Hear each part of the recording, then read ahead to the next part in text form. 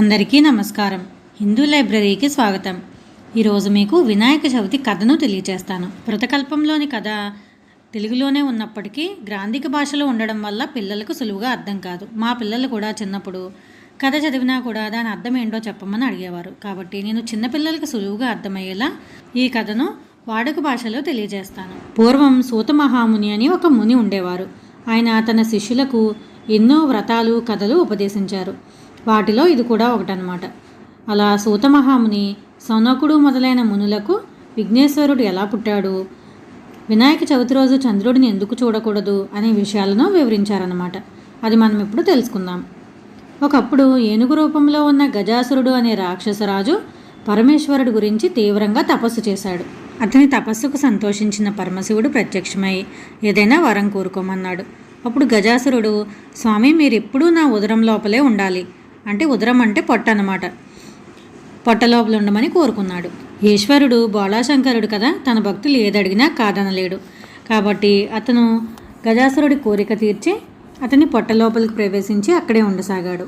ఇది ఇలా ఉండగా కైలాసంలో ఉన్న పార్వతీదేవి భర్త ఎక్కడున్నాడో తెలియక అన్ని చోట్ల వెతుకుతూ ఉండగా కొంతకాలానికి శివుడు గజాసురుడి పొట్టలో ఉన్నాడని తెలుసుకుంది. కానీ శివుడిని ఎలా బయటకు రప్పించాలో తెలియక బాధపడి విష్ణుమూర్తిని ప్రార్థించింది.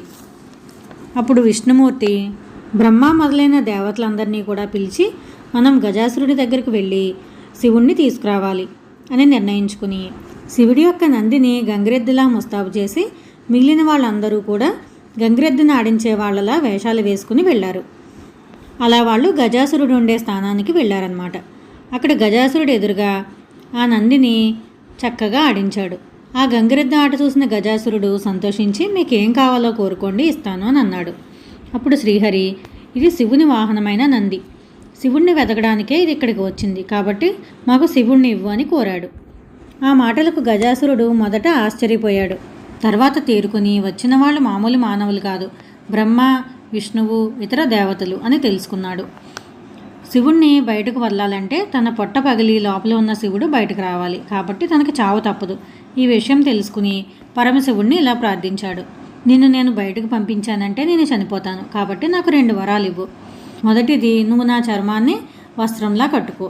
రెండవది ఏంటంటే నా మొహం ఎప్పుడూ కూడా పూజలు అందుకోవాలి అని 2 వరాలు కోరుకున్నాడనమాట.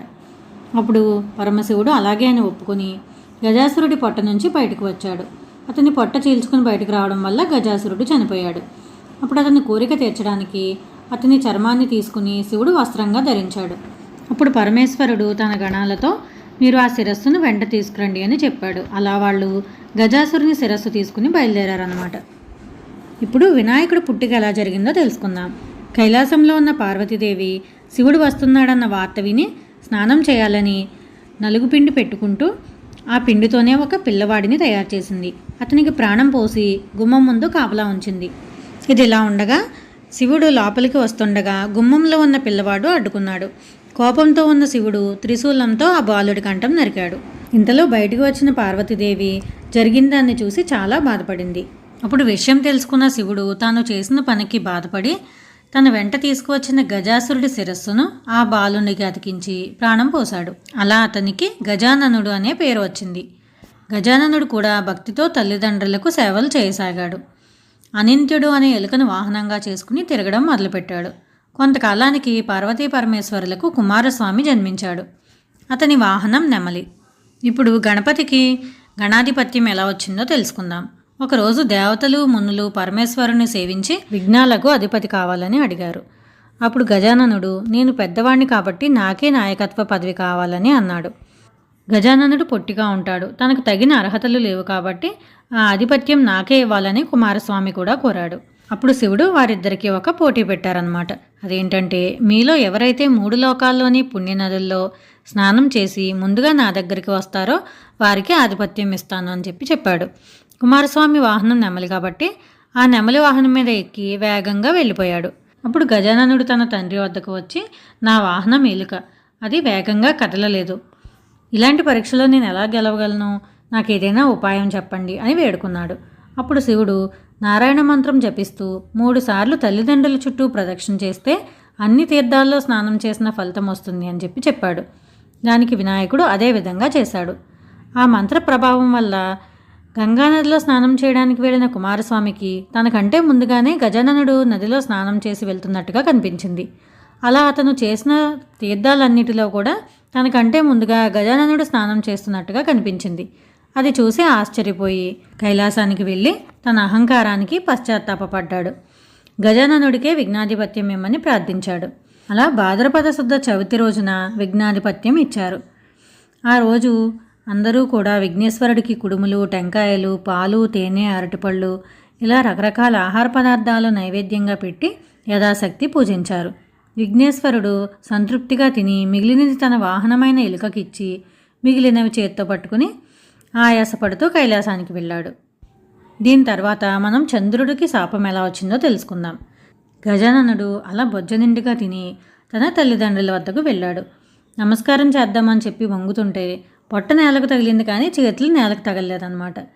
అది చూసి శివుని తలలో ఉన్న చంద్రుడు పగలబడి నవ్వాడు. దిష్టి తగిలితే ఏదైనా సరే నాశనం అవుతుందని అంటాం కదా. వినాయకుడు పొట్ట పగిలి లోపల ఉన్న కుడుములన్నీ కూడా బయటకు వచ్చాయట. వెంటనే వినాయకుడు మరణించాడు. పార్వతి ఏడుస్తూ చంద్రుడిని చూసి శపించింది. పాపాత్ముడా, నీ దృష్టి తగిలి నా కుమారుడు చనిపోయాడు, కాబట్టి నిన్ను చూసిన వాళ్ళందరూ పాపాత్ములై నీలాపనిందలు పొందుతారు అని శపించింది. ఇక్కడ నీలాపనిందలు అంటే అర్థం ఏంటంటే, ఒక తప్పు ఏదైనా జరిగినప్పుడు అది మనం చేయకపోయినా కూడా మనమే చేశామని మన మీదకు నింద వస్తుందన్నమాట. దాన్ని నీలాపనింద అంటారు. అదే సమయంలో సప్తర్షులు అంటే 7 ఋషులు ఉంటారనమాట. వారి భార్యలకు చంద్రుణ్ణి చూడడం వల్ల నీలాపనిందలు వచ్చాయి. అప్పుడు వాళ్ళందరూ కూడా బ్రహ్మదేవుని వద్దకు వెళ్ళి జరిగింది చెప్పారు. బ్రహ్మదేవుడు పార్వతీ పరమేశ్వరుల దగ్గరికి వెళ్ళి అక్కడ చనిపోయిన విఘ్నేశ్వరుణ్ణి తిరిగి బ్రతికించాడు. అప్పుడు ఓ పార్వతీదేవి, నువ్వు ఇచ్చిన శాపం వల్ల అన్ని లోకాల్లో వారికి కూడా చెడు జరుగుతుంది, కాబట్టి దాన్ని వెనక్కి తీసుకో అని ప్రార్థించాడు. వారి ప్రార్థనలకు సంతోషించి పార్వతీదేవి కుమారుణ్ణి దగ్గరకు తీసుకుని ఏ రోజునైతే వినాయకుడిని చూసి చంద్రుడు నవ్వాడో ఆ ఒక్కరోజు మాత్రమే శాపం పనిచేస్తుంది, ఆ రోజు మాత్రమే చంద్రుడిని చూడకూడదు అని చెప్పింది. అప్పుడు అందరూ సంతోషించి ఎవరింటికి వాళ్ళు వెళ్ళిపోయారు. కొంతకాలం తర్వాత శ్రీకృష్ణుడు ఈ శాపం వల్ల ఎలా నిందల పాలయ్యాడో తెలుసుకుందాం. ఈ కథను శమంతకోపాఖ్యానం అని అంటారు. ద్వాపరయుగంలో శ్రీకృష్ణుడు చవితి రోజున పాలు తీయడం కోసమని చెప్పి పశువుల శాలకు వెళ్ళి పాలు తీస్తూ ఉండగా ఆ పాలకుండలో చంద్రుడి యొక్క నీడ కనిపించిందనమాట. అది చూడగానే అయ్యో ఈరోజు చవితి కదా, ఈ చంద్రుడిని చూడడం వల్ల నాకు ఎలాంటి నింద వస్తుందో అని చెప్పి భయపడ్డాడు. కొన్నాళ్లకు సత్రాజిత్తు సూర్యుని వరం వల్ల సమంతకమణిని సంపాదించాడు. ఒకరోజు కృష్ణుడిని చూడడానికి ద్వారకకు వచ్చినప్పుడు కృష్ణుడు అతన్ని ఆ మణి తనకి ఇవ్వమని అడిగాడు. అప్పుడు సత్రాజిత్తు ఇవ్వనన్నాడు. ఒకరోజు సత్రాజిత్తుని తమ్ముడైన ప్రసేనుడు సమంతకమణిని కంఠానికి ధరించి వేటాడేందుకు అడవికి వెళ్ళాడు. అక్కడ ఒక సింహం ఆ మణిని మాంసం అనుకుని ప్రసేనుడిని చంపి మణిని తీసుకుని వెళ్ళిపోతుండగా జాంబవంతుడు అనే బల్లూకరాజు ఆ సింహాన్ని చంపి ఆ మణిని తీసుకువెళ్ళి తన కూతురికి ఆట వస్తువుగా ఇచ్చాడు. ఈ విషయాలేమీ తెలియని సత్రాజిత్తు శ్రీకృష్ణుడే నా తమ్ముడిని చంపి ఆ మణిని ఎత్తుకువెళ్ళాడని చెప్పి నింద వేశాడు. ఆ నింద విన్న కృష్ణుడు, నేను పాలకుండలో చంద్రుడి ప్రతిబింబం చూడడం వల్లే నాకు ఇలాంటి నీలాపనింద వచ్చింది అని అనుకుని దాన్ని తొలగించుకోవడానికి బంధుమిత్రులతో కలిసి అరణ్యమంతా వెతికాడు. ఒకచోట ప్రసేనుడు కళేబరం కనిపించింది. అక్కడ నుంచి వెతకగా సింహం కాలిజాడలు కనిపించాయి. అప్పుడు సింహమే ప్రసేనుడిని చంపింది అని అర్థమైందన్నమాట. అక్కడ నుంచి కొంచెం దూరం వెళ్ళేసరికి సింహం చనిపోయి కనిపించింది.